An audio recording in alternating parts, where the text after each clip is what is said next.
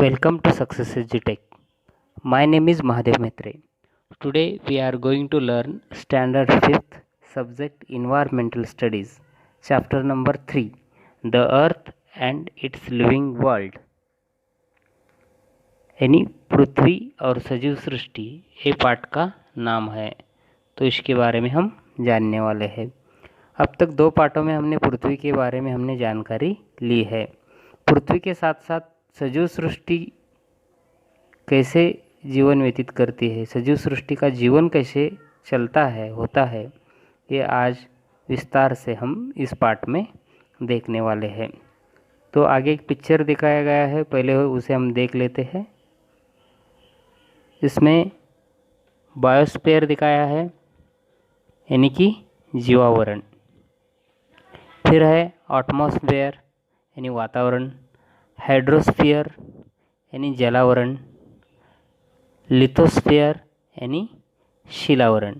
ये पृथ्वी के आवरण है, द फेजेस ऑफ द अर्थ इसे कहा जाता है। तो चलिए शुरुआत करते हैं इस पाठ को हम। On the surface of the earth we find land in some places and water in others. यानी कि पृथ्वी के पृष्ठभाग पर कुछ भागों में हम जमीन और कुछ भागों में पानी दिखाई देता है। The earth is surrounded by the atmosphere.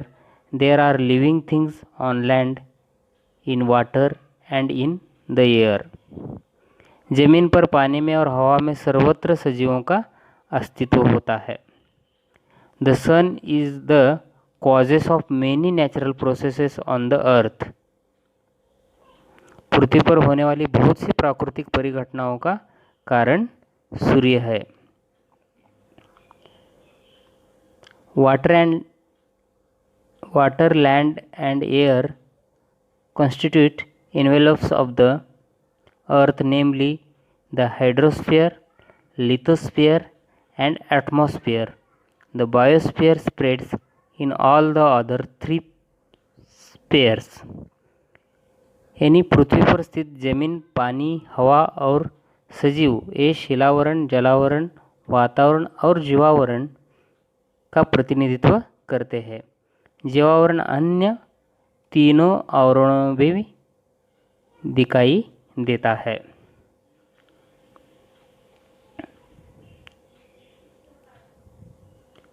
आगे है अगला point, the lithosphere and the hydrosphere. The earth crust is hard, it is mainly made up of rock. यानी पृथ्वी का बाहरी कवच कठोर है, वह मिट्टी और चट्टानों से बना हुआ है। When we travel in hilly regions, we see layers of soil and rock along road cuts. हम पहाड़ी वाले भागों से यात्रा करते समय भूमि अथवा चट्टानों की परतें देखते हैं।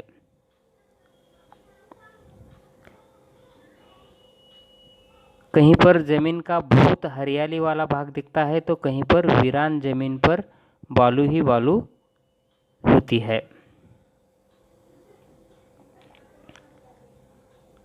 The land is covered with crops in some places and with forests in others. Sometimes we get to see the deeper layers of soil into which tree roots spread.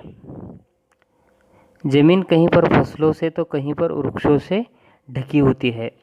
कुछ स्थानों पर वृक्षों की जड़ों से सनी मिट्टी की गहराई में स्थित परतें दिखती है, तो कुछ की जड़ों द्वारा फटी हुई चट्टानें दिखती है। At others we see rocks split apart by the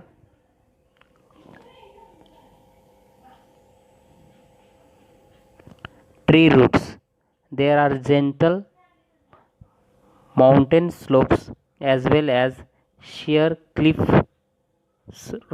of rock.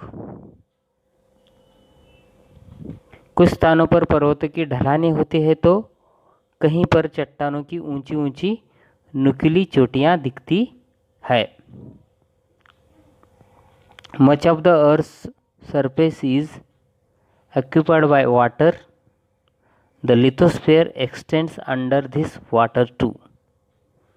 पृथ्वी सा बहुत सा भाग पानी से ढका हुआ है, इस पानी के नीचे भी शिलावरण होता है। पृथ्वी का बाहरी कवच और उसके नीचे वाले परतों का कुछ भाग मिलाकर शिलावरण बनता है।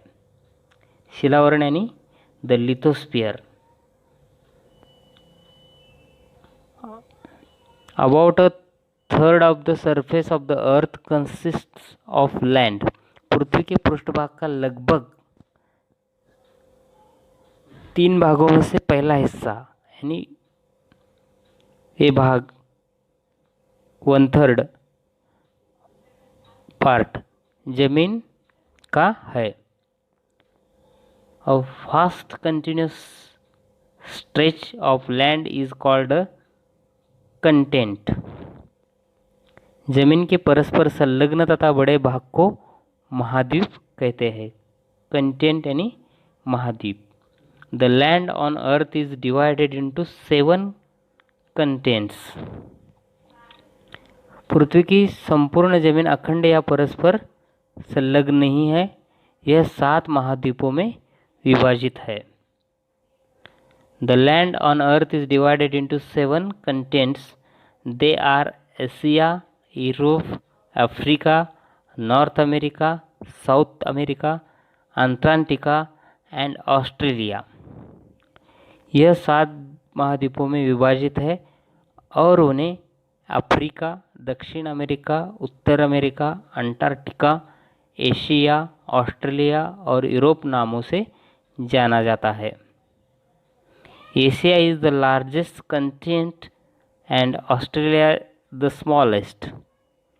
एशिया सबसे बड़ा महाद्वीप जबकि ऑस्ट्रेलिया सबसे छोटा महाद्वीप है। The land is not even in all places. सभी स्थानों पर जमीन समतल अथवा समान ऊंचाई वाला नहीं है।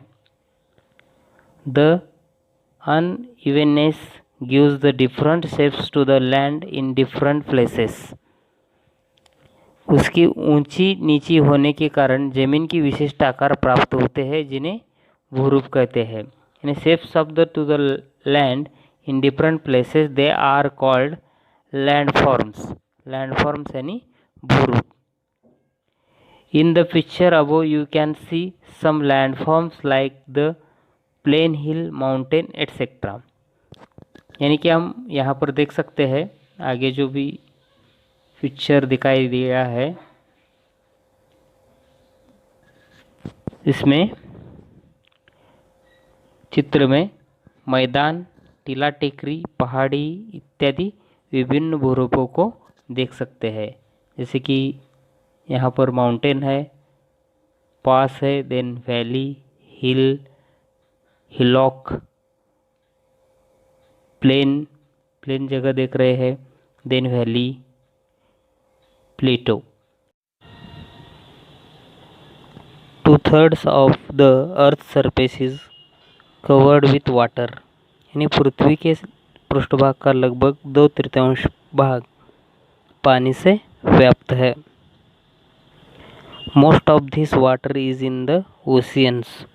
इसमें से अधिकांश पानी महासागरों में समाया हुआ है। ओशियन वाटर इज साल्टी यानी खारा, नमकीन। महासागरों का पानी नमकीन खारा होता है। There are 5 oceans namely the Atlantic, Pacific, Arctic, the Southern ocean and the Indian ocean. यानी अटलांटिक, प्रशांत, आर्कटिक, हिंद तथा दक्षिण महासागर ये 5 महासागर है। The land along the margins of an ocean is called the coastal region. यानी महासागर और जमीन की सीमा वाले भाग को सागर तट अथवा तटीय पट्टी कहते हैं। तटीय पट्टी यानी coastal region. Water bodies of the different shapes and size are formed along the coast. For example, sea bay, straight, gulf, creek etcetera. तटीय पट्टों पर अलग अलग आकार वाले जलरूप तैयार होते हैं। उदाहरणार्थ जैसे समुद्र, जैसे सागर कहते हैं हम, उपसागर, जलडमरू, मध्य आखात यानी प्राकृतिक झील और खाड़ी इत्यादि विभिन्न जलरूप महासागर के भाग है। These water bodies are a part of the ocean. Now the next point is surface water. Surface water यानी क्या कि जमीन पर प्रवाहित होने वाला पानी। There are many streams of water flowing over the land. यानी पृथ्वी की सतह पर जमीन के ऊपर बहने वाले पानी के कुछ छोटे बड़े प्रवाह होते हैं। This water is not salty but fresh. यानी इनका पानी नमकीन नहीं बल्कि स्वाद रहित होता है। These streams of water may be rills, brooks, streams और rivers. इन प्रवाहों के नाम नाला, सोता या इसे हम झरना कहते हैं तथा नदी है। Rills are the smallest, rivers the biggest. इन जल रूपों में से नाला सबसे छोटा और नदी सबसे बड़ा जल रूप है। Rills, brooks, streams join each other to form rivers. नालों और सोतों के आपस में मिलने पर उपनदियाँ और नदियाँ बनती है। Rivers which join to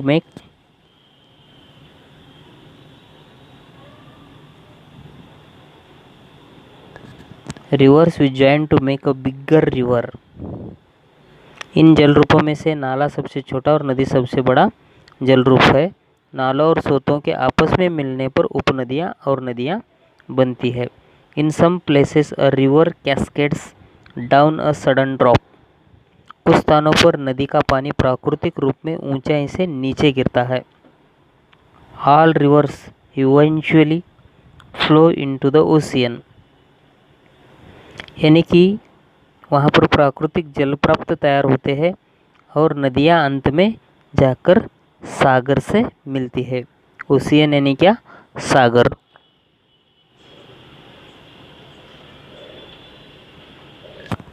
अगला पॉइंट है लेक्स। लेक्स यानी क्या? सरोवर, झील जिसे हम कहते हैं। Water body formed by water collecting naturally in a low lying area of land is called lake. जमीन के गहराई वाले कुछ भागों में पानी के प्राकृतिक रूप में संग्रहित होने से निर्मित हुए बड़े जलभंडार को सरोवर या झील कहते हैं। अगला पॉइंट है water in the form of ice.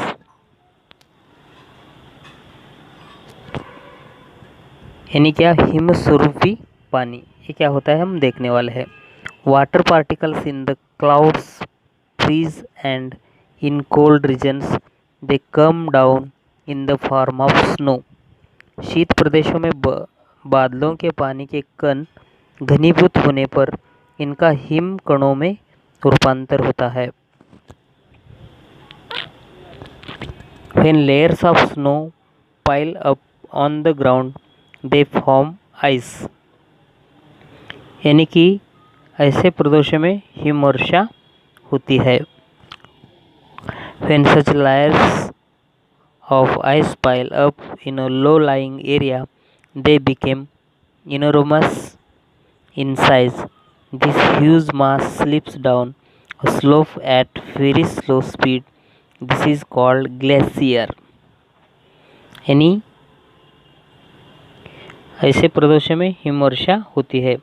जमीन पर हिम की एक के ऊपर एक परतों के संचय द्वारा इनसे बर्फ बनती है। ऐसी बर्फ की परतों पर परतें संचित होती जाए तो उनका आकार अत्यंत बड़ा होते जाता है। जमीन की ढलान पर ये परतें अत्यंत मंद गति से नीचे की ओर खिसकती है। उसे हम हिम नदी बनते हैं, उसको हम ग्लेशियर कहते हैं। These are the huge blocks of ice floating in the sea. They are called icebergs. यानी कि समुद्र पर तैरने वाले बर्फ के बड़े टुकड़े या खंड भी होते हैं, उन्हें प्लावी हिम या हिमशिला कहते हैं। प्लावी हिम या हिमशिला का मतलब है आइसबर्ग्स। अगला पॉइंट है ground water. Besides these water bodies on the earth's surface, there is a lot of water stored in the underground layers.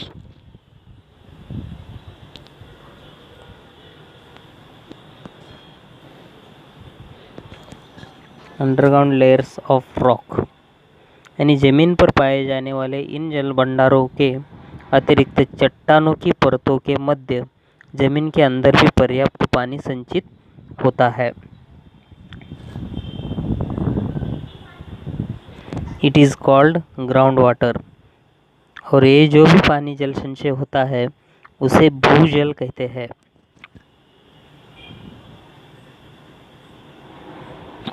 We reach it by means of dug wells and borewells, यानी इस भूजल को कुआं तथा नलकूपों से ऊपर उलीच कर यानी लेकर उपयोग में लाया जाता है। Many lakes and wells get water from underground springs. बहुत से सरोवरों कुओं को जमीन के अंदर स्थित झरनों से पानी मिलता है।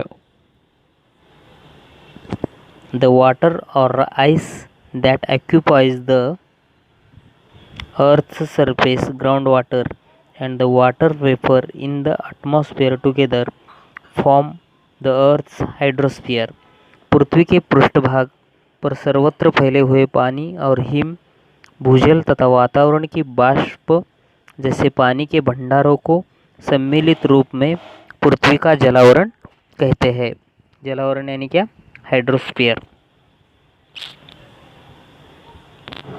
आगे हम पिक्चर में देख सकते हैं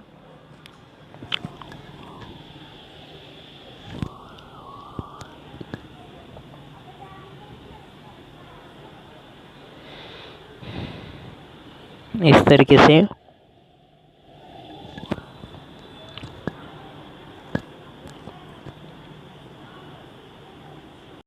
पर ए पॉइंट पूरा होता है। अब अगला पॉइंट है द एटमॉस्फेयर यानी वातावरण। The envelope of air around the earth is called the atmosphere, यानी पृथ्वी के चारों ओर उपस्थित हवा के आवरण को वातावरण कहते हैं।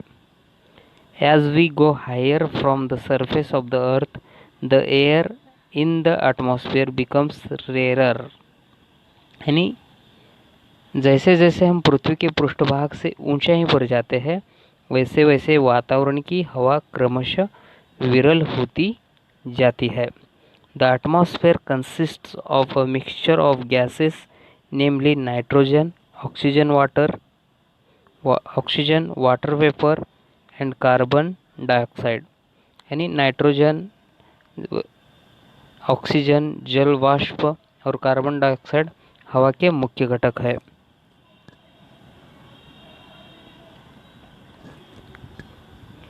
There are some other gases too in the air in very small quantities. इनके अतिरिक्त हवा में अत्यंत अल्प मात्रा में कुछ अन्य गैसें भी पाई जाती है।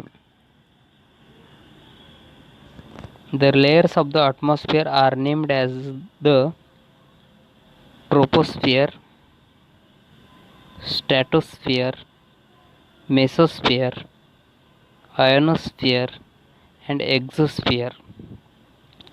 पृथ्वी के पृष्ठभाग से ऊपर वातावरण की क्षोभ मंडल, समताप मंडल, मध्य मंडल, अयन मंडल, बाह्य मंडल ऐसी परतें मानी जाती है।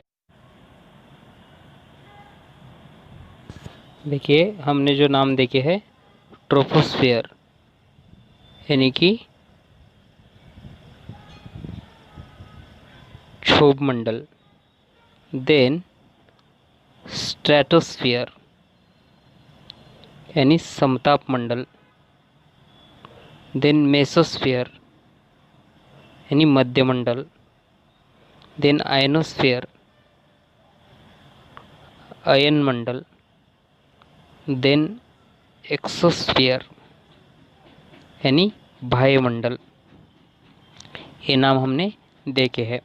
The layer that extends from the earth's surface to a highest about 13 kilometre is called the troposphere। यानी कि इनमें से पृथ्वी के पृष्ठभाग से लगभग 13 किलोमीटर की दूरी तक की परत को क्षोभ मंडल यानी ट्रोपोस्फियर कहते हैं। The conditions in the troposphere change continuously. क्षोभ मंडल की हवा में कई प्रकार के परिवर्तन होते हैं। They affect the living world to a great extent. पृथ्वी के सजीवों के जीवन पर इन परिवर्तनों के महत्वपूर्ण प्रभाव पड़ते हैं। The surface of earth gets heated due to the heat it receives from the sun. यानी सूर्य द्वारा पृथ्वी को ऊष्मा मिलने के कारण पृथ्वी का पृष्ठभाग गर्म होता है।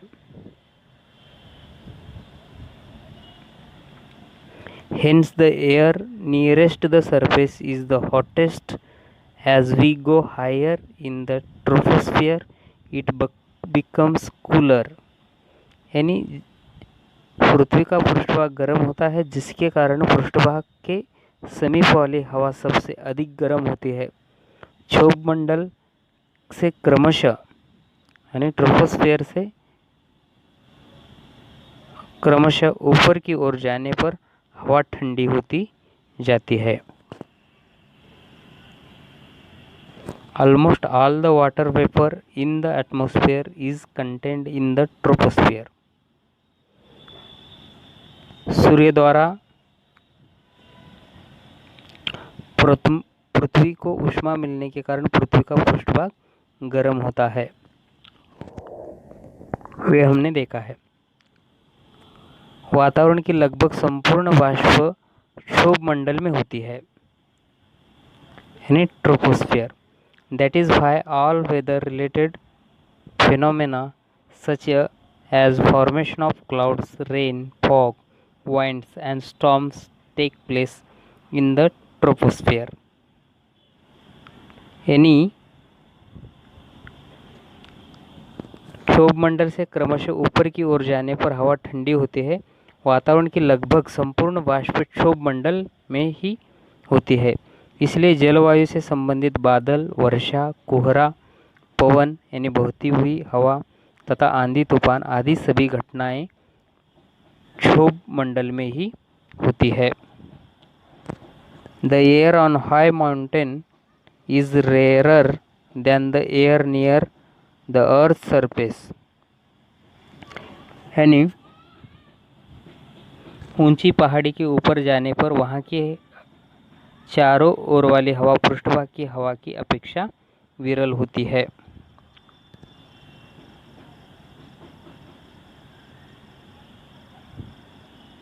Aeroplanes fly in the higher parts of the troposphere. यानी कि यातायात के लिए उपयोग में लाए जाने वाले सभी विमान क्षोभ मंडल की ऊंचाई से अधिक ऊंचाई वाले भाग में उड़ते हैं। There the air is very rare, therefore arrangements have to be made to ensure that passengers get enough air for breathing। यानी उस ऊंचाई पर हवा कुछ अधिक विरल होती है। यातायात के लिए उपयोग में लाए जाने वाले सभी विमान क्षोभ मंडल की ऊंचाई से अधिक ऊंचाई वाले भाग में उड़ते हैं। उस ऊंचाई पर हवा कुछ अधिक विरल होती है। विमान ऊंचाई पर जाने पर यात्रियों को श्वसन के लिए पर्याप्त हवा मिले, इसके लिए विमान में सुविधा करनी पड़ती है।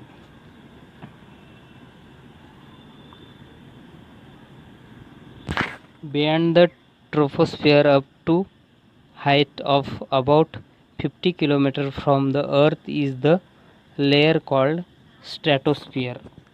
यानी पृथ्वी की सतह से क्षोभ मंडल के बाहर लगभग 50 किलोमीटर तक की परत को समताप मंडल यानी स्ट्रेटोस्फियर कहते हैं। इसमें ओजोन गैस की परत पाई जाती है। In the lower part of the stratosphere there is a layer of a gas called ozone. Ultraviolet rays coming from the sun are harmful for living things, but the ozone layer absorbs them and protects the living world from those rays। यानी जो ozone gas पाई जाती है सूर्य से आने वाले किरणों में उपस्थित पराबैंगनी किरणें यानी हानिकारक जो सजीवों के लिए होती है वो ओजोन गैस इन घातक किरणों को अवशोषित कर लेती है, जिससे पृथ्वी के सजीवों को संरक्षण मिलता है। तो हम पिक्चर में यहाँ पर देख पाएंगे जैसे कि सबसे ऊपरी जो है एक्सोस्फीयर जो बाह्य मंडल है, फिर आता है आयनोस्फीयर यानी अयन मंडल, उसके नीचे वाला पार्ट है मेजोस्फीयर यानी मध्य मंडल, देन स्ट्रेटोस्फीयर यानी समताप मंडल, फिर है ओजोन का लेयर ओजोन गैस, फिर समीप वाला जो है वो ट्रोपोस्फीयर यानी क्षोभ मंडल। इस तरीके से द अर्थ एटमॉस्फेयर यानी पृथ्वी का वातावरण, इसके बारे में हमने पूरी जानकारी ली है। Next point is how does it rain. Water on the earth evaporates continuously due to the heat of the sun. यानी सूर्य की ऊष्मा द्वारा जमीन के पानी का निरंतर बाष्पीभवन होता रहता है। Water that has percolated into the soil also evaporates due to the heat and enters the atmosphere। जमीन के अंदर रिसा हुआ पानी भी सूर्य की ऊष्मा द्वारा भाप बनकर हवा में मिश्रित होता है। As water vapor is lighter than air, it rises high up into the atmosphere। जमीन के अंदर रिसा हुआ पानी भी सूर्य की ऊष्मा द्वारा भाप बनकर हवा में मिश्रित होता है।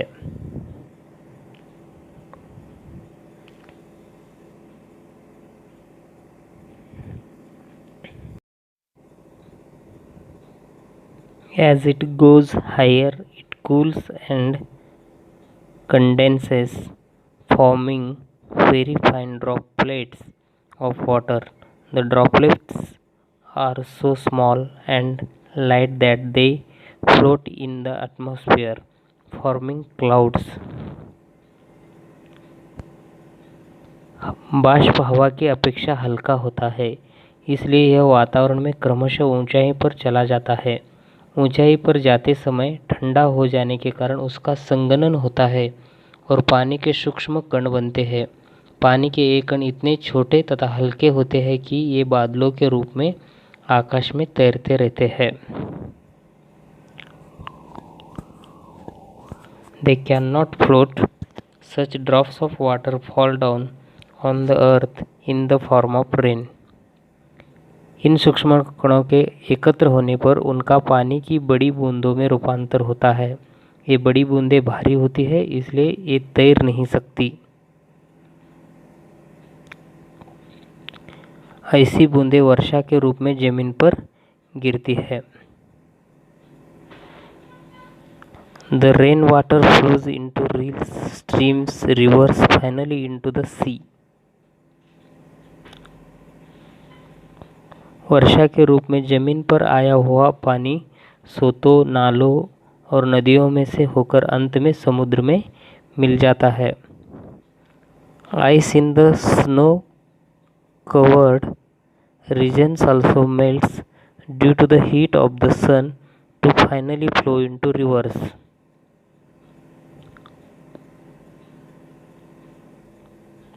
हिमच्छादित प्रदेशों में सूर्य की ऊष्मा द्वारा वहाँ की बर्फ पिघलकर पानी बन जाती है। यह पानी भी आकर नदियों में ही मिल जाती है।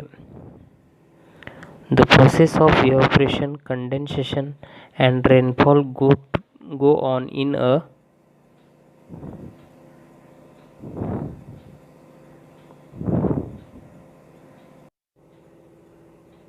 continuous cycle. This is known as the water cycle in nature. जमीन के जिस पानी का बाष्पीभवन द्वारा वाष्प बनता है, संघनन के कारण वर्षा के रूप में पुनः जमीन पर आता है और अंत में समुद्र में मिल जाता है। पानी का बाष्पीभवन, संघनन और वर्षा इत्यादि क्रियाएं निरंतर एक चक्र की भांति घटित होती है। इसे जल चक्र कहते हैं, यानी water cycle. We show in this picture. Water cycle कैसे होता है हम पिक्चर में देख रहे हैं।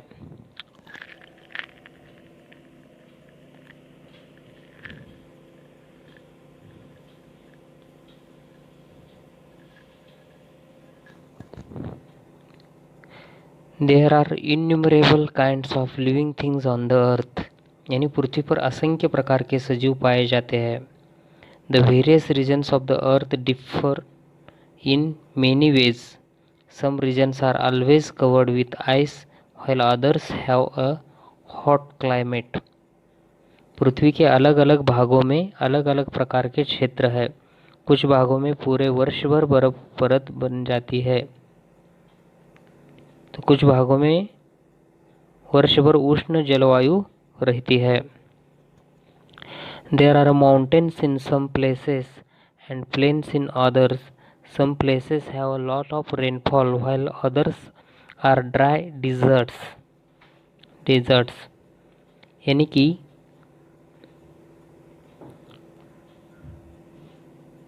कहीं पर ऊंचे ऊंचे पर्वत तो कहीं मैदान है, कहीं पर अत्यधिक वर्षा होती है तो कहीं पर शुष्क मरुस्थल होते हैं। There are salty seas and oceans and also freshwater lakes. सामान्य जल वाली नदियाँ और खारे पानी वाले सागर भी है। तट के समीप समुद्र उथला होता है। The ocean is shallow near the coast, but away from the coastline, the ocean can be several kilometers deep. यानी तट के समीप समुद्र उथला होता है,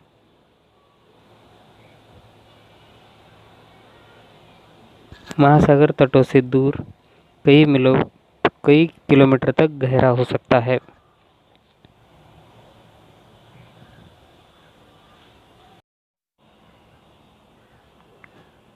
We see a great variety in the living things that inhabit these different regions. यानी पृथ्वी के अलग अलग प्रदेशों में रहने वाले इन सजीवों में अत्यधिक विविधता दिखाई देती है। The polar bear is seen only in the snowbound polar regions. Zebras are found in Africa and kangaroos are found only in Australia. These animals are not found in any other regions. Elephants and lions are found in regions of hot climate. Plants in all these different regions also show a great variety. This variety is a characteristics of those different regions.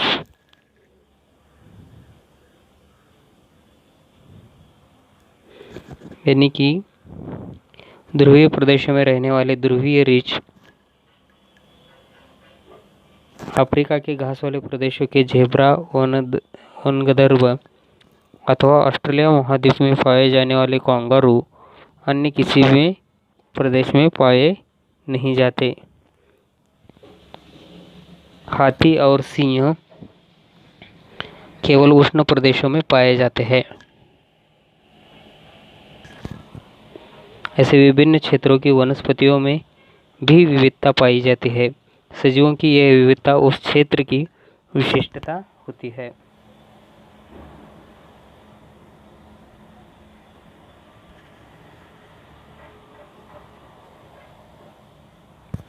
Many different kinds of plants, animals, and microorganisms are found everywhere on the earth, on land, in water, and in the air. Living things exist in the lithosphere, hydrosphere, and atmosphere. They also interact with these spheres. This living world constitutes the biosphere, यानी कि हमारी पृथ्वी पर पानी तथा हवा में सर्वत्र विभिन्न प्रकार की वनस्पतियां, प्राणी तथा सूक्ष्मजीव होते हैं। शिलावरण, जलावरण तथा वातावरण में सजीवों का अस्तित्व होता है। इस आवरण के सजीवों तथा उनके द्वारा व्याप्त भाग को सम्मिलित रूप में जीवावरण कहते हैं, बायोस्फीयर कहते हैं। यहाँ पर ये चैप्टर पूरा होता है। I hope you enjoyed this topic very well. Complete part of the chapter 3. First में हम रिवाइज करेंगे अब तक क्या क्या देखा है।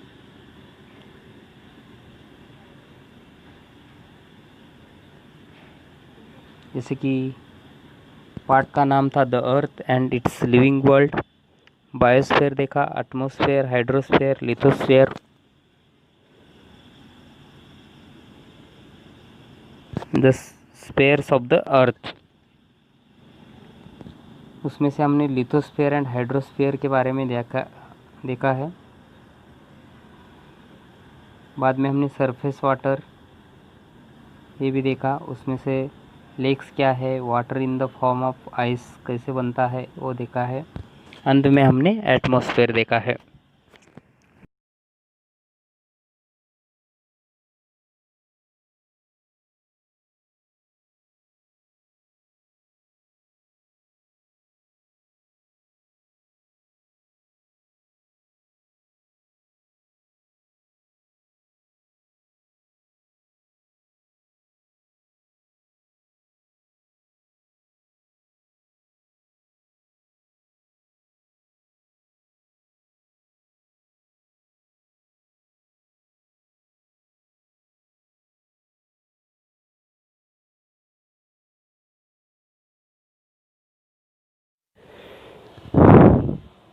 What we have learnt, हमने क्या सीखा।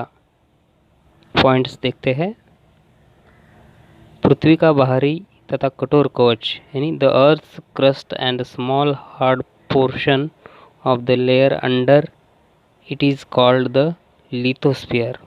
पृथ्वी का बाहरी तथा कठोर कवच, उसकी परत के कुछ भाग को सम्मिलित रूप में शिलावरण कहते हैं। लिथोस्फीयर मीन्स शिलावरण। About 1/3 of the Earth's surface is occupied by land, while about 2/3 is covered with water. यानी पृथ्वी के पृष्ठभाग पर लगभग 1/3 भाग पर जमीन और लगभग 2/3 भाग पर पानी व्याप्त है। Surface water, ice on the land, groundwater and the water vapor present in the air together form the hydrosphere। यानी पृथ्वी पर पाए जाने वाले पानी तथा बर्फ, भूजल और हवा में समाविष्ट जलवाष्प का पृथ्वी के जलावरण में समावेश होता है। The envelope of air around the earth is called the atmosphere। पृथ्वी के चारों ओर वाले हवा के आवरण को वातावरण कहते हैं, यानी atmosphere. The water cycle on the earth goes on continuously. पृथ्वी पर जल चक्र निरंतर चलता रहता है। The ozone gas in the stratosphere absorbs the harmful ultraviolet rays coming from the sun and protects the living things from them। क्षोभ मंडल की ओजोन गैस सूर्य के आने वाली हानिकारक पराबैंगनी किरणों को अवशोषित कर लेती है, जिससे पृथ्वी के सजीवों का संरक्षण होता है। Living things occupy parts of the lithosphere, hydrosphere as well as atmosphere. Living things and all the parts they occupy are together called the biosphere। वातावरण, शिलावरण तथा जलावरण, इन तीनों आवरणों में सजीवों का अस्तित्व होता है। सजीव तथा उनके द्वारा व्याप्त भागों को सम्मिलित रूप में जीवावरण कहते हैं।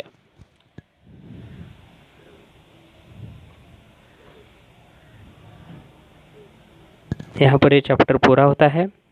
पृथ्वी और सजीव सृष्टि के बारे में हमने विस्तारित रूप से पूरा पाठ देखा है। इसको हम कंटिन्यूस बार बार जब हम सुनते हैं तो ये ज़्यादा ध्यान में आ सकता है। इन पॉइंट्स को हम ज़्यादा सुनकर प्रैक्टिस करेंगे, ध्यान में रखेंगे, याद में रखेंगे, तो आसानी से आप इसको याद कर पाओगे। तो यहाँ पर हम रुकते हैं। अब सभी ने इस रोमांचकारक जो भी पार्ट में इंफॉर्मेशन लिया है उसका लाभ लेने वाले हैं। यहाँ पर हम रुकते हैं। Thank you, thanks a lot, thank you to the success एजुटेक टीम।